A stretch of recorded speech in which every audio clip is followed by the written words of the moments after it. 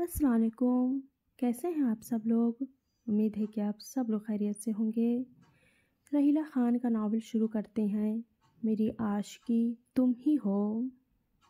Hazik emergency case handle करके अपने साथी डॉक्टर के साथ निकला कुछ अहम बातें बताता अपने कैबिन के जानिब बढ़ रहा था कि जभी गैर इरादतन उसकी नज़र दाएं जानिब पड़ी थी।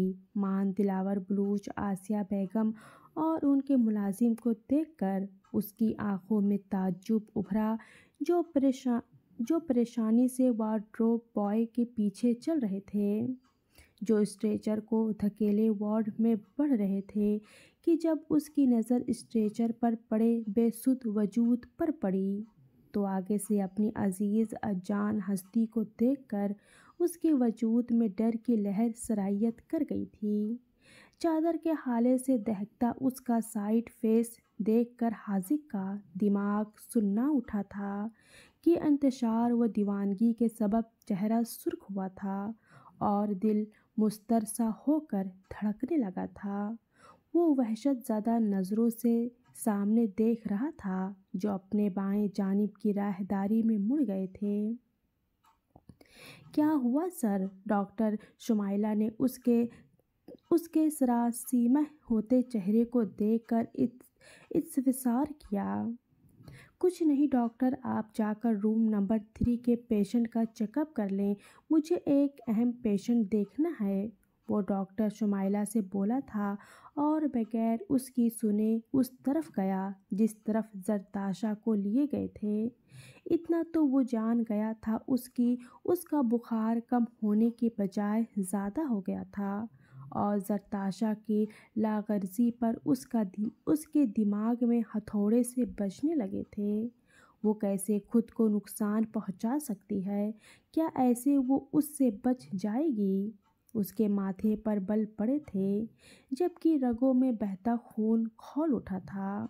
वो जानबूझ के उसे अजियत दे रही थी कि वो अच्छी तरह जानती थी हाजिक की जान उसमें कैद थी और वो वो और तरीका ना सही तो ये अपना रही थी।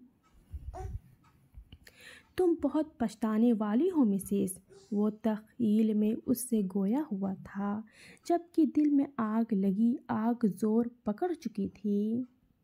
हाजिक हाजिक बेटा, वो जो उसी जानिब आया था कि आसिया बेगम हाजिक को देखकर उसकी तरफ लपकी जबकि दिलावर बलूच शीशे के दरवाजे के पार देख रहे थे। क्या हुआ आप लोग यहाँ? वो देख तो चुका था मगर उसने आसिया बेगम को सीने से लगाते पूछा।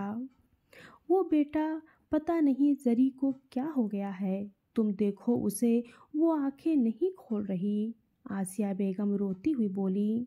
अपनी इकलौती बेटी के हालत पर वो तड़प उठी थी।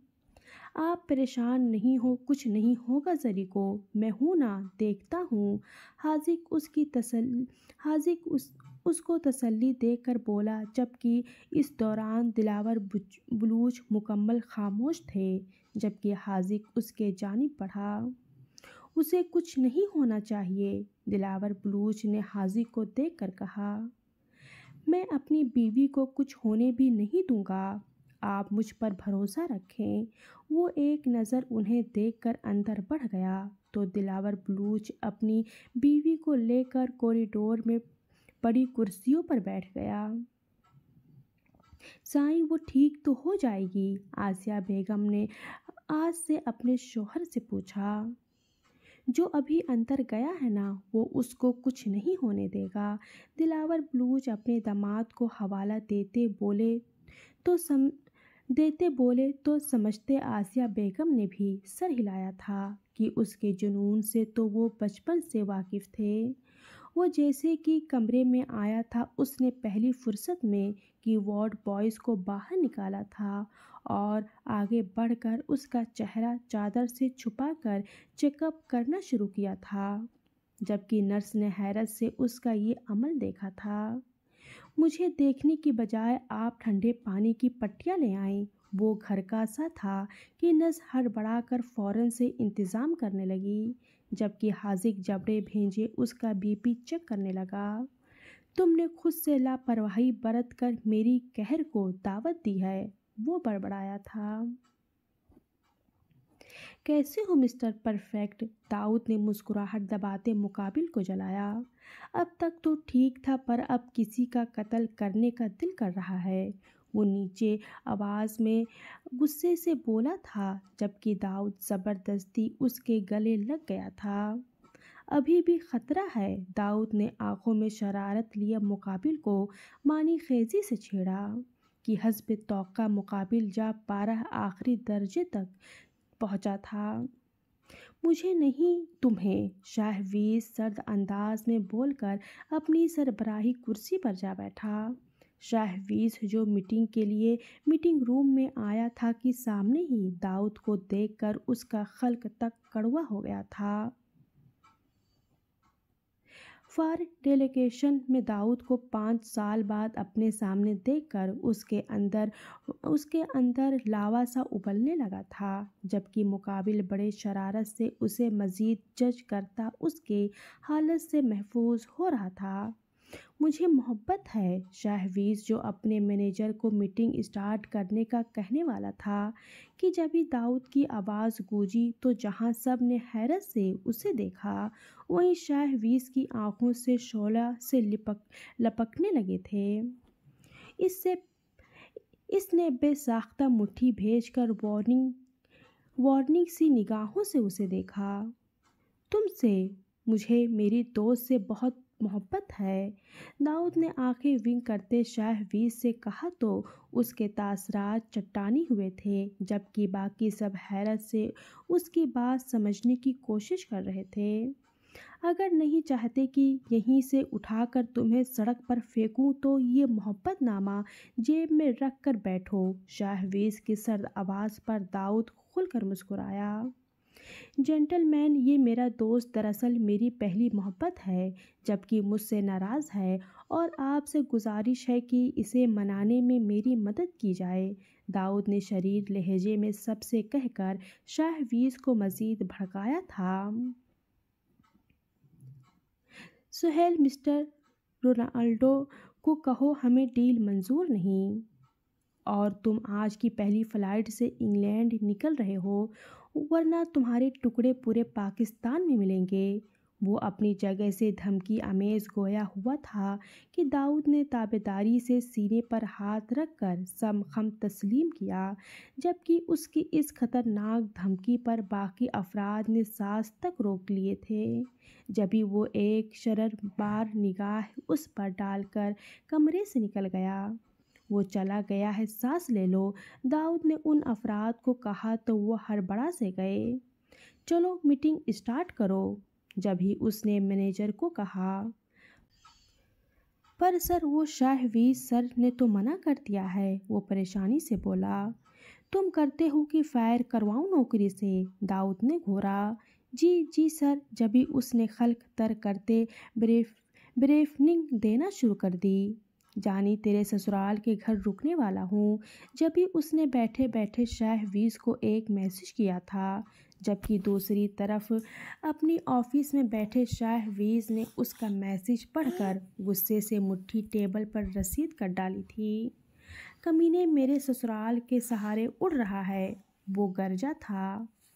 इस तरह मुंह क्या तो तेरा नक्शा बिगाड़ने में पल नहीं लगाऊंगा, पहली फुर्सत से निकलो मेरे ऑफिस से। उसने भी सख्त अंदाज में मैसेज भेजा था और फिर कुछ सोचकर नाजिश को कॉल मिलाई, मगर आगे से नंबर बंद देखकर उसके गुस्से से बुरा हाल हुआ था।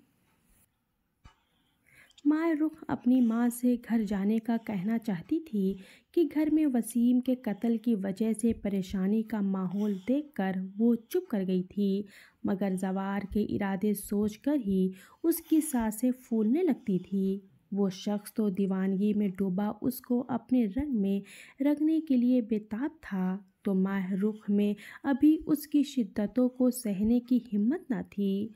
वो उसकी रुखसती वाली बात में ही कहीं अटकी घबराई हुई सी थी।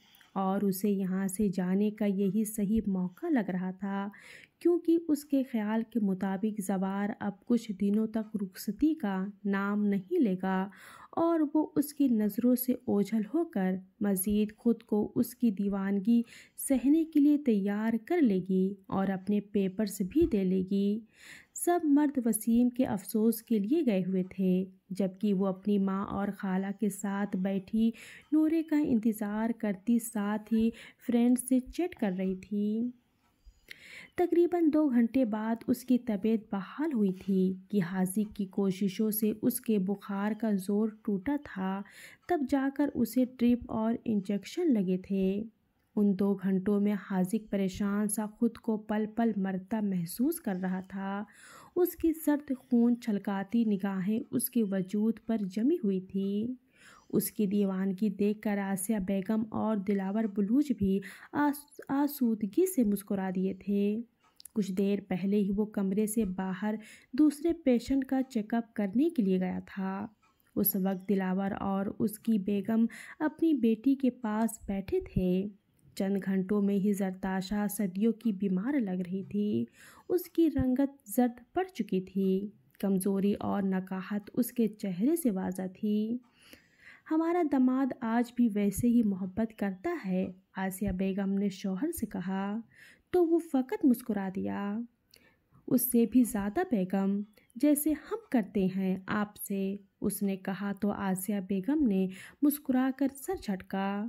جبھی زرتاشا نے ہوش میں آتے مندھی مندھی سی آنکھیں کھولی۔ پانی وہ خلق ترک کرتی ہوئی بولی، میری بچی، شکر ہے تمہیں ہوش آ گیا۔ آسیہ بیگم خوشی سے بولی اور سائڈ ٹیبل پر پڑا گلاس اٹھا کر اس کے منہ سے لگایا۔ کیسی ہے میری گڑیا؟ دلاور نے اپنی بیٹی کے سر پر ہاتھ رکھ کر پوچھا۔ اب ٹھیک ہوں بابا، تھوڑا سا پانی پی کر وہ مدھم آواز میں بولی۔ میری بچی تو بہت بہادر ہے۔ نہیں بابا، میں بہادر نہیں ہوں، آپ کو ڈرا دیا میں نے، اپنی طبیعت کے باعث زرتاشا روتی ہوئی بولی۔ باپ کے سینے سے لگ گئی۔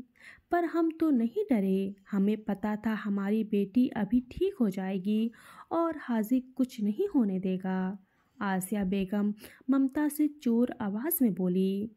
حاذق معاً اس نے اجنبے سے ان دونوں کو دیکھتے ہوئے پوچھا۔ تو اس کی ماں نے سر ہلایا تو زرتاشا لب بھیج کر رہ گئی۔ اس سے پہلے کہ کچھ کہتی دلاور کا خاص ماتحت اندر آیا۔ سائیں وسیم کا جنازہ کچھ دیر میں ہے، اس نے آ کر آگاہ کیا۔ آسیہ تم نے میری بیٹی کا خیال رکھنا ہے، میں کچھ دیر تک آتا ہوں، اس نے بیگم سے کہا اور ملازم کے ساتھ ساتھ باہر نکل گیا۔ مما، وہ یہاں کیا کر رہا تھا؟ باپ کے جاتے ہی زرتاشا نے واپس لیٹتے ماں سے کہا۔ اس کی ڈیوٹی ہے یہاں بیٹا، اس نے کر کہا۔ تو ادھر کیوں آیا؟ زرتاشا کا چہرہ غصے سے سرخ ہونے لگا تھا۔ تمہیں اس حالت میں دیکھ کر وہ پرسکون رہ سکتا تھا بھلا؟ اس کی ماں نے الٹا اس سے سوال کیا۔ آپ نہیں جانتے، اندر سے تو خوش ہوگا، زرتاشا نے دل میں خود سے بول کر سر جھٹکا۔ مما، اب اس کو سختی سے منع کر دے، یہاں قدم بھی نہ رکھے، وہ شدید غصے سے بولی۔ اچھا میں کہہ دوں گی، تم آرام کرو، ابھی بخار اترا نہیں ہے، آسیہ بیگم نے فوراً سے بولی اور ٹیبل پر پڑے فروٹ اٹھا کر اسے کاٹ کاٹ کر کھلانے لگی۔ وہ جانتی تھی کہ ان کے بیچ جا اختلافات تھے، مگر اسے کریدنا بہتر نہ لگا تھا کہ جس میں زرتاشا کی خوشی تھی اسی میں ہی ان کی تھی۔ آپ لوگ نے اسے میرے پاس آنے بھی کیسے دیا؟ مرتی تھی تو مر جاتی، مگر اس کا احسان کیوں لیا؟ آپ اچھی طرح جانتے ہیں کتنی نفرت کرتی ہوں میں اس سے۔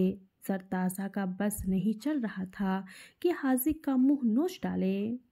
بیٹا، اس وقت کوئی لیڈی ڈاکٹر نہیں تھی اور کسی اور کو تو حاذق بھی تمہارے پاس نہ آنے دیتا، اس لیے اس نے خود تمہیں ٹریٹمنٹ دی ہے، آسیہ بیگم اسے سمجھاتی ہوئی بولی۔ مما، مجھے نہیں معلوم، بس آپ اس شخص کو مجھ سے میلوں دور رکھیے، کہہ دے ورنہ میں خود کو ختم کر دوں گی۔ زرتاشا سرخ چہرہ لیے سخت انداز میں بولی تو آسیہ بیگم نے سر ہاں میں ہلایا، گویا کہ اس کی طبیعت کی پیش نظر خاموش رہنے میں ہی عافیت سمجھی، جبکہ کمرے کے باہر کھڑے حاذق نے اس کی باتوں پر مٹھی بھیجی اور واپس پلٹ گیا۔ بھیا لوگوں کو بتایا؟ دادو بھی پریشان ہوں گی نا؟ اس نے ماں کو دیکھتے پوچھا۔ تمہارے بھائیوں کو نہیں بتایا اور دادی تو بہت پریشان ہیں، تھوڑی دیر پہلے میں نے ان کو کال کر کے تسلی دی ہے۔ آسیہ بیگم اس کے بال سنوارتی ہوئی بولی، چلو تم آرام کرو، میں شکرانے کی نوفل ادا کر کے ابھی آتی ہوں۔ اس نے کہا تو زرتاشا نے سر ہلایا کہ آسیہ بیگم اس کے سر پر پیار کرتی کمرے سے باہر نکل گئی تو زرتاشا پرسکون سی آنکھیں موند لی۔ اللہ حافظ۔